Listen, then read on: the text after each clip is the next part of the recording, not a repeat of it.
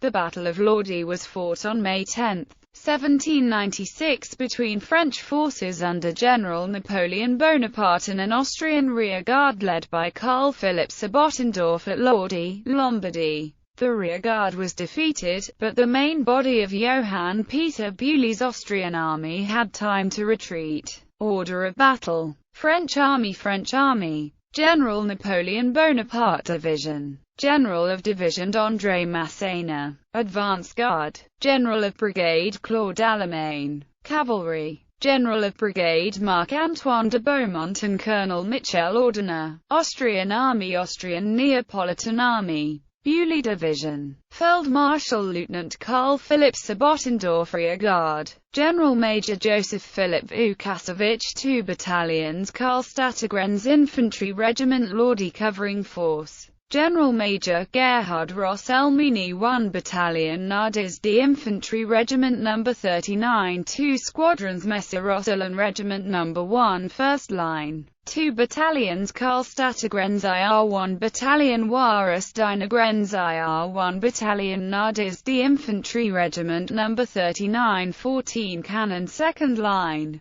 3 battalions Terzi Infantry Regiment No. 16 1 Battalion Belgiajazo Infantry Regiment No. 44 1 Battalion Thurn Infantry Regiment No. 43 4 Squadrons Archduke Joseph Hussars No. 2 2 Squadrons Messer-Rosselin Regiment No. 1 detached to Court Palais CR, GM Franz Nicoletti 2 battalions Strassoldo Infantry Regiment No. 27 1 Battalion Tuscany IR No. 23 2 Squadrons Erdadi Hussars No. 9 detached to Fontana, 8 Squadrons Kingdom of Naples Cavalry Regiments Rien Regina. Battle: Vukasovic was soon relieved by Gerhard Ross-Elmini's covering force near the town. The town's defences were not strong, the defenders were few, and the French were able to get inside and make their way towards the bridge. The span was defended from the far bank by 9 battalions of infantry arrayed in 2 lines and 14 guns.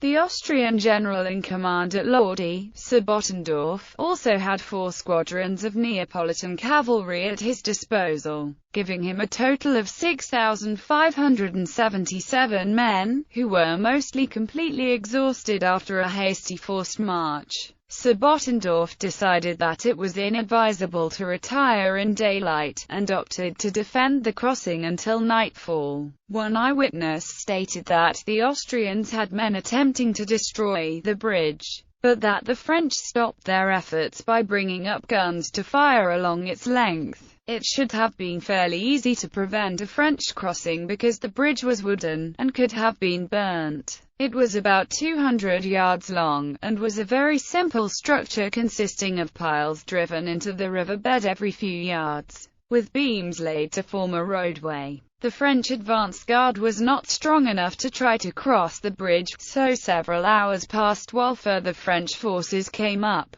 During the afternoon, a violent cannonade began, as French guns arrived and were positioned to fire across the river. It has been suggested that Bonaparte was personally involved in directing some of the guns, and that his troops began to refer to him as Le Petit Caporal because of this, but there seems to be little, if any, contemporary evidence to back this up. Eventually, at about 6 p.m., the French prepared for an attack, with Marc-Antoine de Beaumont's cavalry being sent to ford the river upstream, and a column consisting of the 2nd Battalion of Carabineers being readied inside the walls of the town. The Carabineers then stormed out of the gates and onto the bridge. Vigo Roussillon stated that the enemy artillery fired one salvo when the troops were part way across, causing numerous casualties, at which point the column wavered and stopped, but a number of senior French officers rushed to the head of the column and led it forward again. These officers included André Masséna, Louis Berthier, Jean Lannes, Jean-Baptiste Cervoni, and Claude Dallemagne. Some of the French climbed down the piles and waded through the water, firing as they went. The Austrian troops were already exhausted from hours of marching and fighting without food, probably demoralized by the French cannonade,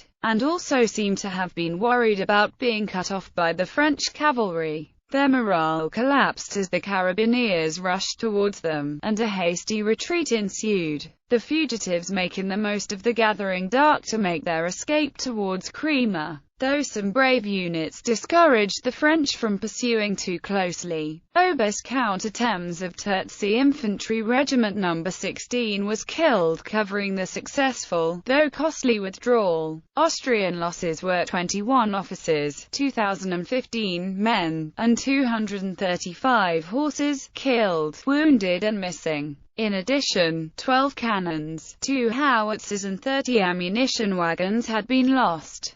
French losses are not known with any precision, but are thought to have numbered about 500. However, Smith gives French casualties as 900, Chandler lists a figure of 2,000. Aftermath. The Battle of Lodi was not a decisive engagement, since the Austrian army had successfully escaped, but it became a central element in the Napoleonic myth and, according to Napoleon himself, contributed to convincing him that he was superior to other generals, and that his destiny would lead him to achieve great things.